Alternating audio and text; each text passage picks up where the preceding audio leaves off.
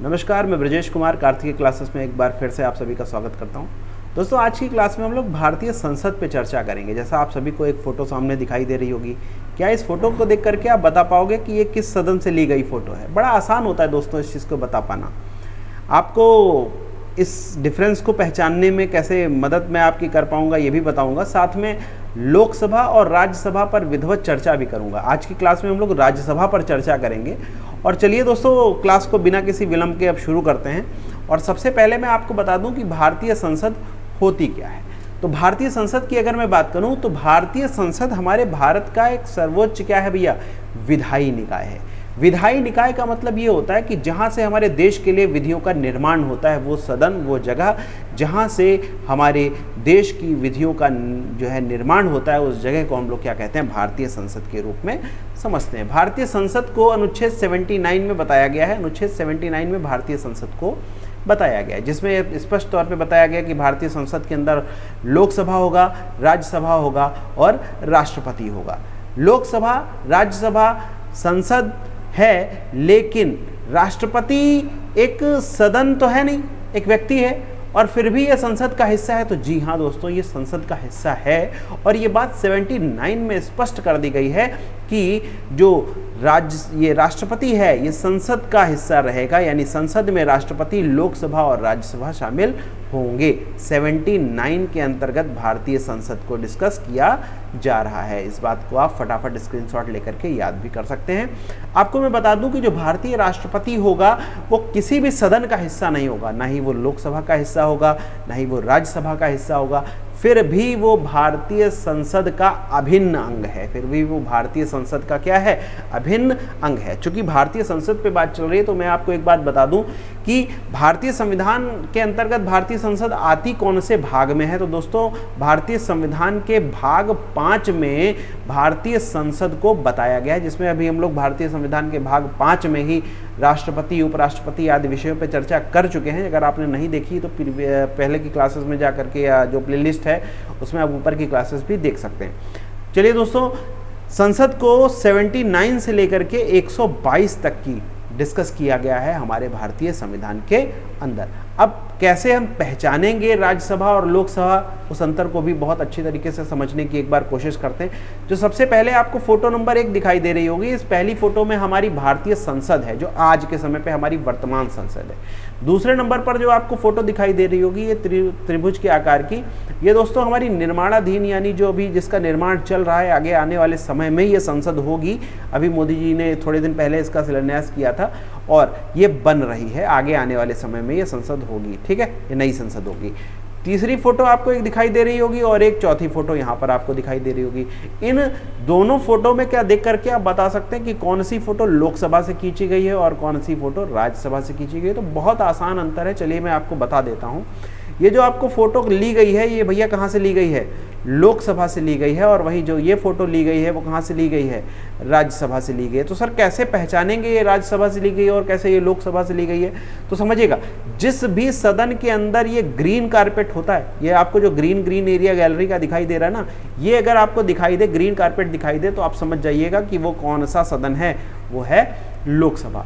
वहीं अगर आपको ये रेड कारपेट दिखाई दे, लाल दिखाई दे, रेड, तो ये आप समझ जाइएगा कौन सा सदन है, राज्यसभा। तो हरा दिखे अगर आपको तो कौन सा सदन, लोकसभा। और अगर आपको लाल कारपेट दिखे तो कौन सा सदन है, वो राज्यसभा है। ये उम्मीद करता हूँ कि आप ये अंतर बड़ी आसानी से समझ जाएंगे और आप आसानी से बता पाएंगे कि कौन सा सदन लोकसभा है और कौन सा सदन राज्यसभा है। अब मैं आपको राज्यसभा पर विस्तार से चर्चा करता हूँ कि हमारे देश की जो राज्यसभा है ये कौन से अनुच्छेद के अंतर्गत आती है, क्या क्या उनसे महत्वपूर्ण और बातें हैं।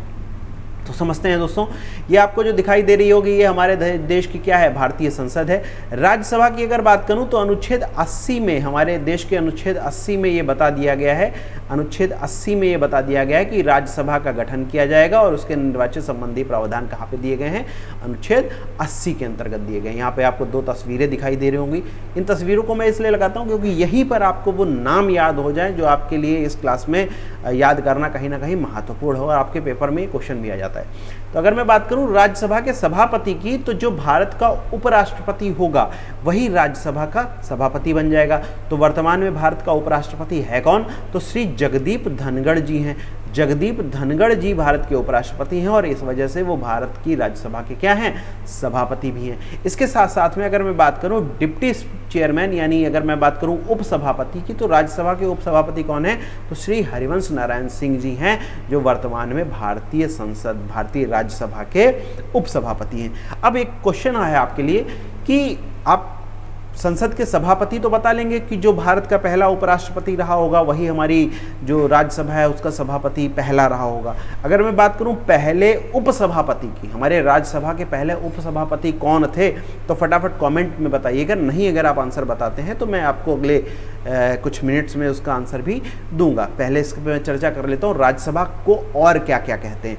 राज्यसभा की अगर बात करूँ तो राज्यसभा को संसद का उच्च सदन भी कहते हैं। इसे क्या कहते हैं, उच्च सदन के नाम से भी जानते हैं। साथ में इसको स्थायी सदन भी कहते हैं। राज्यसभा को स्थायी सदन और उच्च सदन के नाम से जानते हैं और ये कभी न भंग होने वाला सदन होता है, इस वजह से इसको क्या कहते हैं, स्थायी सदन कहते हैं। यानी जो राज्यसभा का कार्यकाल है ये आप समझिएगा ये निरंतर चलने वाला कार्यकाल है। इसके सदस्यों का कार्यकाल 6 वर्ष का जरूर होता है, लेकिन राज्यसभा के कार्यकाल की अगर मैं बात करूं तो राज्यसभा के सदस्यों का कार्यकाल 6 वर्ष और राज्यसभा कभी न भंग होने वाला सदन, इस वजह से इसको हम लोग क्या कहते हैं, स्थायी सदन भी कहते हैं। सबसे पहले राज्यसभा का जो गठन हुआ था वो कब हुआ था, अगर मैं बात करूं सबसे पहले राज्यसभा का गठन तो 3 अप्रैल 1952 में सबसे पहली बार राज्यसभा का गठन हुआ था। 3 अप्रैल 1952 को सबसे पहली बार राज्यसभा का गठन हुआ था।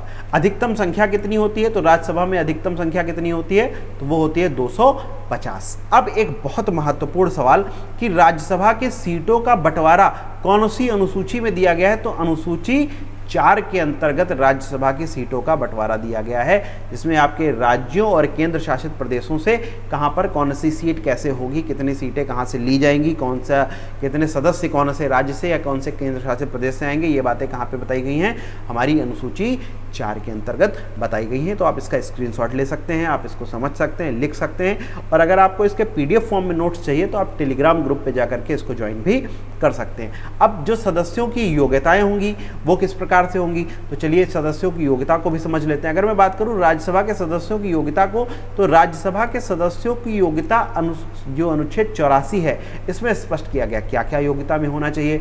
तो राज्यसभा के लिए सबसे बड़ी योग्यता कि वो भारत का क्या होना चाहिए, नागरिक होना चाहिए। किसी भी भारतीय संवैधानिक पद पे अगर आप जाते हैं तो उसकी सबसे बड़ी योग्यता क्या होनी चाहिए, वो भारत का नागरिक होना चाहिए। इसके अलावा सदस्य बनने के लिए आपको कम से कम 30 वर्ष का होना चाहिए, यानी जो भी सदस्य निर्वाचित होना चाहता है राज्यसभा के लिए उसकी न्यूनतम आयु कितनी होनी चाहिए, तो वो न्यूनतम आयु 30 वर्ष कम से कम होनी चाहिए। इसके अलावा वह राज्य सरकार, भारत सरकार या किसी भी अन्य प्राधिकरण के अंतर्गत कोई भी लाभ के पद पर ना हो, यानी सरकारी लाभ के पद पर वह व्यक्ति ना हो, ऐसा व्यक्ति जो है भारत के राज्यसभा का सदस्य होने की योग्यता रखता है। साथ साथ में वो पागल या दिवालिया ना हो, ठीक है, सबसे बड़ी योग्यता भी हो सकती है। अब इसके अलावा वह जिस भी राज्य का प्रतिनिधित्व चाहता है, यानी जिस भी राज्य से आना चाहता है सदस्य के रूप में, उस राज्य के संसदीय क्षेत्र का वो क्या होना चाहिए, मतदाता होना चाहिए। ठीक है, तो ये कुछ महत्वपूर्ण योग्यताएं हैं जो अनुच्छेद 84 में बताई गई हैं। कुछ अन्य बातें मैं आपको बता दूं, ये पेपर की कटिंग्स मैं इसलिए लगा लेता हूं क्योंकि इन पेपर की कटिंग्स के माध्यम से मैं आपको कुछ एक्स्ट्रा जानकारी देने की कोशिश करता हूं। अब ये प्रयास आप किस तरह से देखते हैं, आपकी जो अगर ये क्लासेस हमारी चल रही हैं, पिछली 2-3 क्लासेस की अगर मैं बात करूं, अगर आपको समझ में आ रही तो आपकी जिम्मेदारी बनती है कि आप इनको अन्य बच्चों के साथ भी शेयर करें। अगर मैं कोशिश आपके लिए कर रहा हूं तो कुछ आप कोशिश हमारे लिए भी कर रही है, और थोड़ा सा इसको शेयर करिए और अपने दोस्तों में इस चीज़ को ज़रूर इस क्लास को शेयर करिए। चलिए ठीक है, अब बात करते हैं राज्यसभा। देखिए ये सब कहने की थोड़ी आदत कम है, शेयर करिए ना करिए, आपको अगर समझ में आता है तो ज़रूर करिए। राज्यसभा के अगर पहले सत्र की अगर मैं बात करूं तो पहला सत्र 13 मई 1952 को हुआ था। कब हुआ था, 13 मई 1952 को हुआ था। जब ये सबसे पहला ना सत्र लगा था तो उसमें 216 सदस्य इकट्ठा हुए थे। कितने हुए थे, 216, जिसमें एक जो महिला सदस्य थी, एकमात्र महिला सदस्य थी, उनका नाम था रुक्मणी देवी अरुंदले। ये महत्वपूर्ण जानकारी आपके लिए हो सकती है, इसको आप नोट कर सकते हैं। जो सबसे पहला सत्र हुआ था उसके अंदर सब पहली महिला मनोनीत सदस्य थी, उनका नाम था क्या, रुक्मणी देवी अरुंदले। इतनी बात समझ में आई। अब चूंकि उस समय देश के उपराष्ट्रपति डॉक्टर सर्वपल्ली राधाकृष्णन जी थे, तो इसलिए राज्यसभा के पहले सभापति के रूप में ये निर्वाचित हो जाएंगे, ये बन जाएंगे। अधिकतम संख्या कितनी होती है, 250 होती है। राज्यों से 238 आते हैं। इन सब चीज़ों पे अभी मैं विस्तार पूर्वक चर्चा भी करूँगा।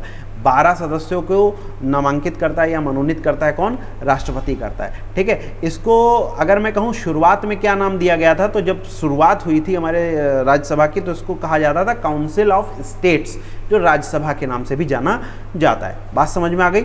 नेक्स्ट आ जाते हैं इसके बाद में हम लोग की जो हमारी राज्यसभा है, इसके अंतर्गत जो राज्यसभा की संरचना है, कैसे कौन सी सीटें, कितनी सीटें, अधिकतम सीटें, वर्तमान सीटें, सभी चीज़ों पे विधिवत चर्चा कर लेते हैं। तो राज्यसभा की जो अधिकतम सीटें हैं वो कितनी हैं, 250। समझ लीजिएगा, यहाँ पे मैं थोड़ा सा आपको समझाने का प्रयास कर रहा हूँ। राज्यसभा में जो अधिकतम सीटें हैं वो कितनी हैं, 250। राज्यसभा के अंतर्गत अधिकतम सीटें कितनी, 250। अब राज्यसभा के सदस्यों का जो चुनाव होता है वो सीधे मतदाताओं द्वारा नहीं होता है। मतदाताओं के द्वारा का मतलब हम आप सीधे रूप से राज्यसभा के सदस्य नहीं चुनते।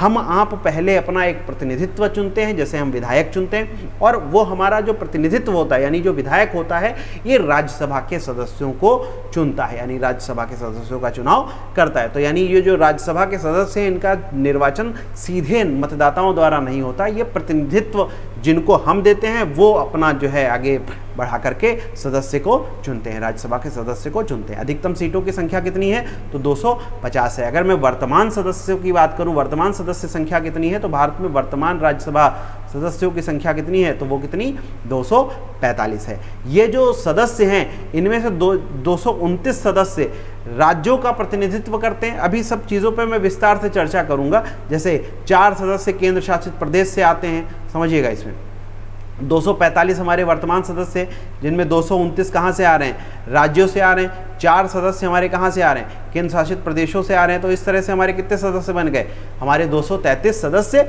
बन गए। अब ये हमारे कहाँ से आए हैं, राज्यों से आए हैं। ये कहाँ से आए हैं, केंद्र शासित प्रदेशों से आए हैं। और ये सब टोटल मिला करके जो हमारे जो कहीं ना कहीं चुन के आने वाले सदस्य हैं वो संख्या कितनी हो गई, 233 हो गई। लेकिन हमने बताई कि वर्तमान में है कितनी, 245। डिफरेंस कितने का बन रहा है, 12 का बन रहा है। तो ये जो 12 सदस्य होंगे, इन 12 सदस्यों का राष्ट्रपति द्वारा क्या किया जाएगा, नामित किया जाएगा, यानी राष्ट्रपति इनको मनोनीत करेंगे।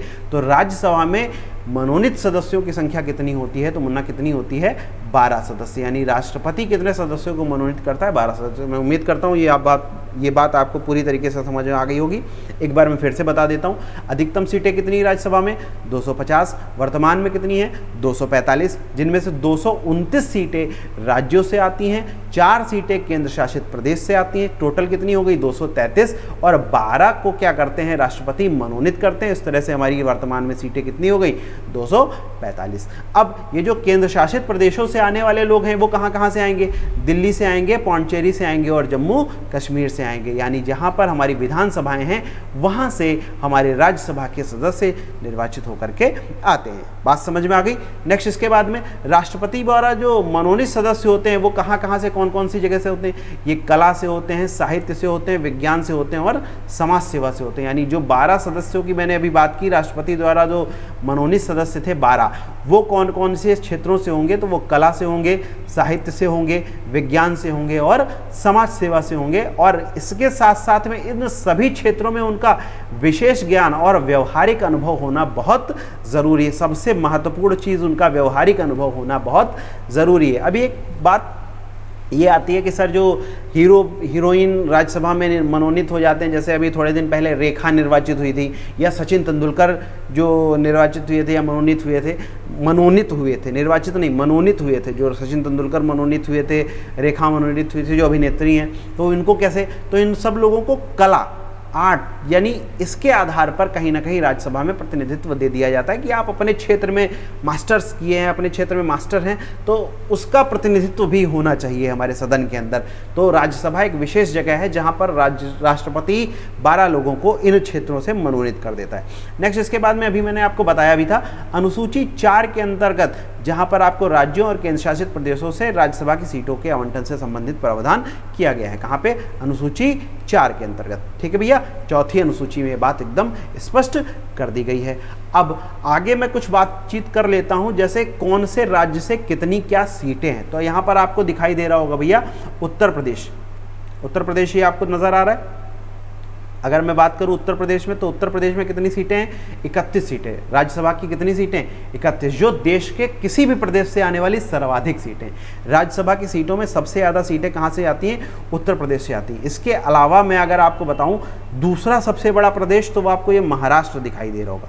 महाराष्ट्र से भैया कितनी सीटें जाती हैं? अधिकतम 19 सीटें कहाँ से जाती हैं? महाराष्ट्र से जाती हैं। और आपको यहाँ पर बंगाल दिखाई दे रहा होगा, बंगाल से कितनी जाती हैं? 16 सीटें। बिहार से भी आपकी कितनी जाती हैं? 16 सीटें जाती हैं। तो सबसे बड़ा उत्तर प्रदेश, महाराष्ट्र, बिहार और बंगाल। इसके अलावा आप देख सकते हैं यहाँ पर तमिलनाडु, यहाँ पर आपको एक राज्य दिखाई दे रहा होगा तमिलनाडु। तो तमिलनाडु से कितनी राज्यसभा सीटें जाती हैं? तो 18 सीटें कहाँ से जाती हैं? तमिलनाडु से जाती हैं। इसके अलावा आप ये देख रहे होंगे अब जो हमारा केंद्र शासित प्रदेश है जम्मू कश्मीर, जम्मू कश्मीर से कितनी सीटें जा रही हैं? राज्यसभा के लिए 4 सीटें जा रही हैं। ठीक है, आप ये पूरी सीरीज़ पूरी कहीं ना कहीं पूरी सूची देख सकते हैं। आंध्र प्रदेश से कितनी है सीटों की संख्या? 11, अरुणाचल प्रदेश से 1, ठीक है, असम से 7। ये पूरी एक सूची है जो आपको बताती है कि राज्यसभा में कौन से प्रदेश से कितने सदस्य होंगे। अधिकतम याद रखिएगा, अधिकतम कहाँ पे है? सबसे ज़्यादा यूपी से है। और जितने भी आपके ये पूर्वोत्तर राज्य इधर के दिखाई दे रहे हैं, इनमें मैक्सिमम सभी राज्यों में 1-1 सीटें दिखाई दे रही हैं। सिर्फ आपको असम में कितनी दिख रही हैं? 7 सीटें दिख रही हैं। असम में 7 सीटें दिख रही हैं। इसके अलावा सभी प्रदेशों में, पूर्वोत्तर राज्यों में 1-1 सीट है। बात समझ में आ गई? प्रमुख राज्य और आप याद कर सकते हैं, जैसे गुजरात में कितनी सीटें हैं? तो गुजरात में 11 सीटें हैं। तमिलनाडु में 18 सीटें जाती हैं। महाराष्ट्र से 19 सीटें जाती हैं। बिहार से 16 सीटें जाती, बंगाल से 16 सीटें जाती हैं और उत्तर प्रदेश से कितनी जाती? 31 सीटें जाती हैं। ठीक है, मध्य प्रदेश की अगर मैं बात करूं तो 11 सीटें और राजस्थान से कितनी जाती हैं? 10 सीटें जाती हैं।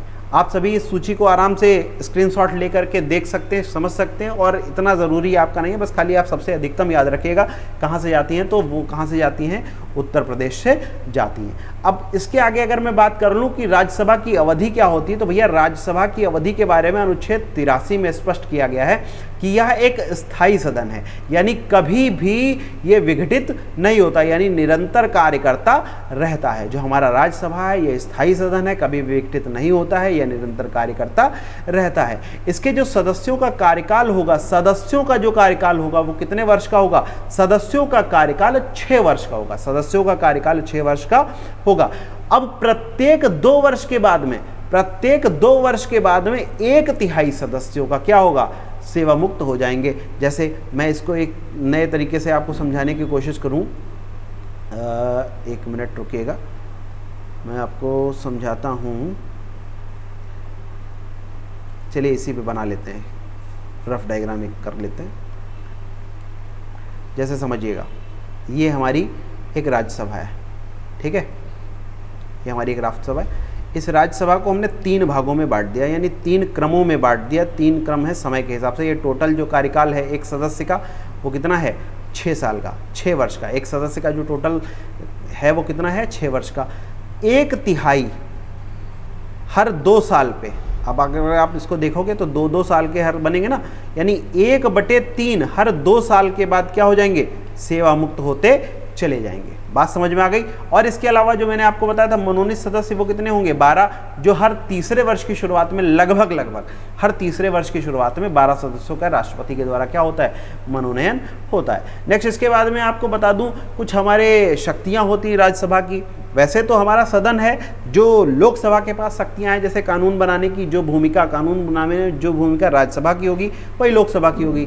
या कई बार मन में ये डाउट हो जाता है, सर जो प्रधानमंत्री होते हैं ये लोकसभा के नेता होते हैं तो राज्यसभा की भूमिका कम हो जाती है। तो ऐसा नहीं है, राज्यसभा की भी बराबर भूमिका होती है। यानी राज्यसभा लोकसभा के साथ मिलकर कानून बनाती है, ठीक है, संविधान संशोधन करती है। 2 बातें हैं यहाँ पे, मिलकर कानून बनाती है और संविधान संशोधन करती है। किसके साथ मिलकर के? लोकसभा के साथ मिलकर के। यानी राज्यसभा लोकसभा के साथ मिलकर के कानून बनाती है और संविधान का संशोधन करती है। क्योंकि ये संसद का अभिन्न अंग है, तो बिना इसकी सहमति के कोई भी विधेयक कानून नहीं बन सकता। तो एक बहुत महत्वपूर्ण बात जो मैंने सबसे पहले आपको बताई थी, 79 के अंतर्गत अगर ये बताया गया कि भारत की संसद है तो भारतीय के संसद में 3 पार्ट हो गए, आपका लोकसभा, एक राज्यसभा और क्या हो गया? राष्ट्रपति। यानी ये जो 2 सदन हैं ये दोनों महत्वपूर्ण हैं और साथ साथ में राष्ट्रपति, तब जाकर के हमारा क्या बनता है? कोई भी देश का कानून बनता है। आप समझिएगा कि केवल राज्यसभा को यह शक्ति प्राप्त है कि वह 249 के तहत किसी भी राज्य सूची के जो है विषय को, राज्य हमारे देश के अंदर, आप समझिएगा एक चीज़ मैं आपको और यहाँ पर बता दूँ, आप एक चीज़ अगर थोड़ा सा इसके पहले अगर संविधान आपने पढ़ा रखा है, अनुसूचियों के बारे में अगर आपको थोड़ा बहुत नॉलेज है, तो मैं आपको एक चीज़ यहाँ पे बता दूँ कि अनुसूचियों में एक 7वीं सूची है। 7वीं अनुसूची में आती हैं 3 प्रकार की क्या जो 7वीं अनुसूची है उसमें 3 प्रकार की सूचियाँ आती हैं। एक आपकी क्या हो जाती है, राज्य सूची होती है, एक आपकी संघ सूची होती है, और एक आपकी क्या होती है, समवर्ती सूची होती है। ये 3 प्रकार की क्या हैं, सूचियाँ होती, जिनमें जो राज्य सूची होती है इनमें अपने कुछ क्या होते हैं, विषय होते हैं। इन विषयों का निर्धारण कौन कर सकता है, राज्यसभा कर सकती है। कौन से अनुच्छेद के अंतर्गत, 249 के अंतर्गत। यानी अनुसूची 7 में जो 3 सूचियां हैं, कौन कौन सी, राज्य सूची, संघ सूची, समवर्ती सूची, इनमें जो राज्य सूची के जो विषय हैं इनका निर्धारण कौन कर सकता है, राज्यसभा कर सकता है। कौन से अनुच्छेद के अंतर्गत, अनुच्छेद 249 के अंतर्गत। इतनी बात आपको समझ में आ गई होगी उम्मीद करता हूँ। चलिए आगे बढ़ते हैं। तो जो राज्यसभा है ये लोकसभा के साथ मिलकर के राष्ट्रपति और उपराष्ट्रपति के निर्वाचन में भी क्या लेती है, हिस्सा लेती है। यानी जो हमारी राज्यसभा है वो लोकसभा के साथ मिलकर के देश का राष्ट्रपति और उपराष्ट्रपति चुनेगी। ठीक है, जो लोकसभा और राज्यसभा के सदस्य होते हैं, आप समझिएगा इस बात को। यहाँ पर मैं एक बात आपको बता दूं कि जो राज्यसभा के सदस्य हैं और जो लोकसभा के सदस्य हैं ये दोनों हिस्सा लेते हैं कौन से चुनाव में, राष्ट्रपति के चुनाव में। साथ साथ में ये दोनों हिस्सा लेते हैं कौन से चुनाव में, उपराष्ट्रपति के चुनाव में। बात समझ में आ गई। नेक्स्ट, राज्यसभा और लोकसभा के साथ मिलकर के राष्ट्रपति की जो महाभियोग की प्रक्रिया होती है इसमें भी ये क्या लेता है, भाग लेता है। यानी राज्यसभा और लोकसभा दोनों एक साथ में महाभियोग की प्रक्रिया में राष्ट्रपति की भाग लेती हैं। इसके अलावा उपराष्ट्रपति को हटाने का प्रस्ताव कहाँ रखा जाता है, तो उपराष्ट्रपति को हटाने का प्रस्ताव कहाँ रखा जाता है, राज्यसभा में रखा जाता है। उपराष्ट्रपति को हटाने का प्रस्ताव राज्यसभा में रखा जाता है। ये कुछ कार्य और शक्तियाँ हैं किसकी, राज्यसभा की। और आपके परीक्षा में ये कुछ क्वेश्चन, अब जैसे आपके पेपर में आ रहा है तो कुछ हटा करके क्वेश्चन आ रहा है, आप समझिएगा उस बात को। अब सीधे सीधे उस तरह से क्वेश्चन नहीं दे रहा है, आपसे ये पूछ सकता है कि उपराष्ट्रपति को हटाने का जो प्रस्ताव है वो कौन से सदन में रखा जाता है। तो आपको ये पता होना चाहिए कि उपराष्ट्रपति को उसके पद से हटाने का जो प्रस्ताव है वो हमेशा कहाँ रखा जाना चाहिए, राज्यसभा में रखा जाना चाहिए। ठीक है, उपराष्ट्रपति को हटाने का प्रस्ताव कहाँ रखा जाएगा, राज्यसभा में रखा जाएगा। इसके अलावा राज्यसभा को राज्यसभा में उपस्थित मतदान करने के सदस्यों की कम से कम 2/3 बहुमत से अखिल भारतीय सेवाओं का, जब आपके देश के अंदर अखिल भारतीय सेवाएं हैं इनका जो सृजन है ये भी राज्यसभा के अधिकार के अंतर्गत है। अनुच्छेद 312 में अखिल भारतीय सेवाओं का सृजन भी कर सकती है कौन, राज्यसभा, अनुच्छेद 312 के अंतर्गत। ये कुछ प्रमुख शक्तियां हैं किसकी, राज्यसभा की। अब हमारे राज्यसभा में कुछ प्रमुख पदाधिकारी हैं, जैसे मैंने आपको सबसे ये पहले भी बताया था, सभापति। तो सभापति कौन, जो देश के उपराष्ट्रपति होंगे, श्री जगदीप धनखड़ जी भारत के जो उपराष्ट्रपति होंगे वही हमारे राज्यसभा के क्या हो जाएंगे, पदेन सभापति हो जाएंगे। तो भारत का जो उपराष्ट्रपति होगा वो राज्यसभा का पदेन सभापति होगा। ये अनुच्छेद 89 के अंतर्गत बताया गया है कि भारत का जो उपराष्ट्रपति होगा वो राज्यसभा का पदेन सभापति होगा। राज्यसभा के सभापति का कार्यकाल 5 वर्ष का होता है, सभापति का कार्यकाल 5 वर्ष का होता है, लेकिन राज्यसभा के सदस्यों का कार्यकाल कितना होता है, 6 वर्ष का होता है। ये बात आप स्पष्ट समझ लीजिएगा कि राज्यसभा के सभापति का कार्यकाल 5 वर्ष का होता है, जबकि राज्यसभा के सदस्यों का कार्यकाल कितना होता है, 6 वर्ष का होता है।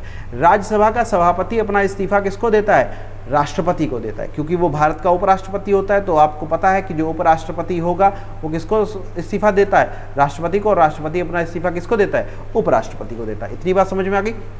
नेक्स्ट, सभापति का पद जब रिक्त हो जाता है तो सभापति के सभी कर्तव्य कौन निभाता है, उपसभापति निभाता है। यानी जब भी राज्यसभा का सभापति अपने पद पर नहीं होगा तो ऐसे में उसकी सारी जिम्मेदारियों का जो निर्वहन है, वो उसके कर्तव्यों का जो निर्वहन है वो कौन करेगा, उपसभापति करेगा। तो उपसभापति के बारे में भी समझ लेते हैं, हमारे राष्ट्रपति के राज्यसभा के उपसभापति कौन है। तो उपसभापति की अगर मैं बात करूं तो हैं कौन, मैंने शुरुआत में ही आपको बताया उपसभापति कौन है, श्री हरिवंश नारायण सिंह जी हैं। इनका कार्यकाल क्या होता है, 6 वर्ष का होता है। और जो राज्यसभा होती है अपना सभापति अपने सदन से ही चुनती है, यानी अपने सदस्यों में से ही किसी व्यक्ति को वो उपसभापति के रूप में चुनती है, जिसका कार्यकाल 6 वर्ष का होता है। क्यों 6 वर्ष का होता है? क्योंकि राज्यसभा के सदस्य का कार्यकाल ही सर 6 वर्ष का होता है, इसलिए उपसभापति का कार्यकाल भी कितना होगा? 6 वर्ष का होगा। यानी राज्यसभा अपने सदस्यों में से ही किसी को 6 वर्ष के लिए उपसभापति के रूप में निर्वाचित करती है। इसका चुनाव होता है कहाँ पे? राज्यसभा में। बात समझ में आ गई? सभापति अपने आप से जो उपराष्ट्रपति होगा, जो देश का उपराष्ट्रपति होगा, वो अपने आप से सभापति बन जाएगा, उसके अलग से कोई चुनाव नहीं होता है। उपराष्ट्रपति पद के लिए चुनाव होगा, लेकिन सभापति वो अपने आप बन जाता है। लेकिन यहाँ पर अगर उपसभापति की बात करोगे तो राज्यसभा के जो सदस्य हैं उन्हीं में से किसी व्यक्ति को क्या बना दिया जाएगा? उपसभापति बना दिया जाएगा चुनाव के माध्यम से। बात समझ में आ गई? यानी जब जब उपसभापति का रिक्त होगा पद ना, तब तब किसी भी अन्य सदस्य को, अब जैसे मान लिया सभापति नहीं है तो उपसभापति ने जो सदन की कार्रवाई है उसको चला दिया, उपसभापति भी नहीं है तो ऐसी कंडीशन में भारत में ये प्रावधान है कि 6 सदस्यों को नामित करेगा कौन? सभापति। सभापति कौन? उपराष्ट्रपति। ठीक है, तो सभापति 6 सदस्यों को नामित कर देगा जो इसी सदन के होंगे। कहाँ के? राज्यसभा के ही होंगे। और ये सदन के 6 सदस्य बारी बारी से, अगर मान लिया सभापति नहीं है तो उपसभापति ने देख लिया, उपसभापति नहीं है तो उन 6 में से जो भी उपलब्ध हुआ उसने उस सदन की कार्रवाई देख ली। ये बात आपको मैं थोड़ी अलग से बता दे रहा हूँ कि राज्यसभा में सभापति 6 सदस्यों को चुन लेता है शुरुआत में ही, जो कि उसके ना होने पर, उपराष्ट्रपति के भी ना होने पर सदन की कार्रवाई को आगे बढ़ा सके। अब मैंने जो सबसे पहले आपसे एक क्वेश्चन पूछा था कि भारत की राज्यसभा का सबसे पहला उपसभापति कौन था, तो भैया सबसे पहले उपसभापति के रूप में श्री SV कृष्णमूर्ति राव जी निर्वाचित हुए थे। बात समझ में आई? सबसे पहले उपसभापति के रूप में SV कृष्णमूर्ति राव जी थे। अब एक महत्वपूर्ण पद होता है, एक महत्वपूर्ण जिम्मेदारी महासचिव की भी होती है राज्यसभा के अंतर्गत, और ये आमतौर पर जो हमारे IAS रैंक के अधिकारी होते हैं, जब बहुत ऊपर चले जाते हैं कहीं ना कहीं सचिव के ऊपर, तो ये महासचिव बन जाते हैं राज्यसभा के अंतर्गत। और वर्तमान में है कौन? प्रमोद चंद्र मोदी जी हैं। वर्तमान में कौन है? प्रमोद चंद्र मोदी जी। यानी राज्यसभा के वर्तमान जो आपके महासचिव हैं वो कौन है? प्रमोद चंद्र मोदी जी। ठीक है, महासचिव की नियुक्ति सभापति द्वारा की जाती है। किसके द्वारा? सभापति के द्वारा की जाती है। महासचिव की नियुक्ति सभापति यानी हमारे जो देश का उपराष्ट्रपति है उसके द्वारा की जाएगी। और ये अच्छी रैंक का क्या होना चाहिए? सिविल सेवक होना चाहिए या उसके समतुल्य होना चाहिए। ठीक है, ये अपना काम जो है गुमनाम तरीके से करते रहते हैं। आपको जो आगे एक मेज दिखती है अक्सर तौर पर, वो जो कुछ अधिकारी बैठे होते हैं उनमें से ही होते हैं महासचिव। अभी आप महासचिव के रूप में बड़ी चर्चा मिली जब राहुल गांधी जी की सदस्यता ली गई, तो कहा गया कि जो लोकसभा के महासचिव थे उन्होंने फटाफट, जैसे उनके ऊपर सजा कोर्ट ने निर्धारित कर दी कि हाँ ये 2 साल के जो इनके ऊपर सजा हो गई है, अब उनको उनकी सदस्यता क्या कर दी जाएगी? रद्द कर दी जाएगी। तो तुरंत महासचिव ने उसका लेटर जारी कर दिया कि इनकी सदस्यता आज से क्या कर दी जाती? रद्द कर दी जाती। वो लोकसभा की बात है। ठीक है, इसी तरीके से राज्यसभा में भी महासचिव होते हैं और उनके भी यही अपने काम होते हैं। ठीक है, प्रमोद चंद्र मोदी जी को राज्यसभा का नया महासचिव नियुक्त किया गया है। इतनी बात आपको समझ में आ गई। अब और भी कुछ लोग होते हैं जो राज्यसभा में महत्वपूर्ण होते हैं, जिनमें 2 महत्वपूर्ण लोग होते हैं। एक होता है सदन का नेता और एक होता है विपक्ष का नेता। तो अब इनमें एक ये क्वेश्चन बहुत महत्वपूर्ण बन जाता है कि विपक्ष का नेता है कौन वर्तमान में? विपक्ष का नेता कौन है? विपक्ष का नेता आमतौर पर जो विपक्षी दल होता है सदन के अंदर उसका नेता होता है। और वर्तमान में जो भारतीय राष्ट्रीय कांग्रेस के राष्ट्रीय अध्यक्ष हैं उसके जो, समझिएगा, राज्यसभा के विपक्ष के नेता कौन है? मल्लिकार्जुन खड़गे जी हैं, जो अपने आप में वर्तमान में राष्ट्रीय जो कांग्रेस है उसके राष्ट्रीय अध्यक्ष हैं। दूसरी तरफ सदन के नेता आमतौर पर प्रधानमंत्री होते हैं, लेकिन अब चूंकि प्रधानमंत्री जी लोकसभा के सदस्य हैं, ऐसे में राज्यसभा में सदन का नेता कौन है? पीयूष गोयल जी हैं, जो वर्तमान में रेल मंत्रालय भी संभाल रहे हैं भारत सरकार के अंतर्गत। तो उम्मीद करता हूँ आज की क्लास आपको बेहद अच्छी तरीके से समझ आ गई होगी। अगर आ गई है तो दोस्तों आपको जो सब्सक्राइब बटन और लाइक बटन दिख रहा होगा उसको आप ज़रूर कर दीजिएगा और शेयर करना ज़रूर ना भूलिएगा। फिर मिलते हैं इसके बाद में लोकसभा पर बहुत जल्द। आते हैं, नमस्कार।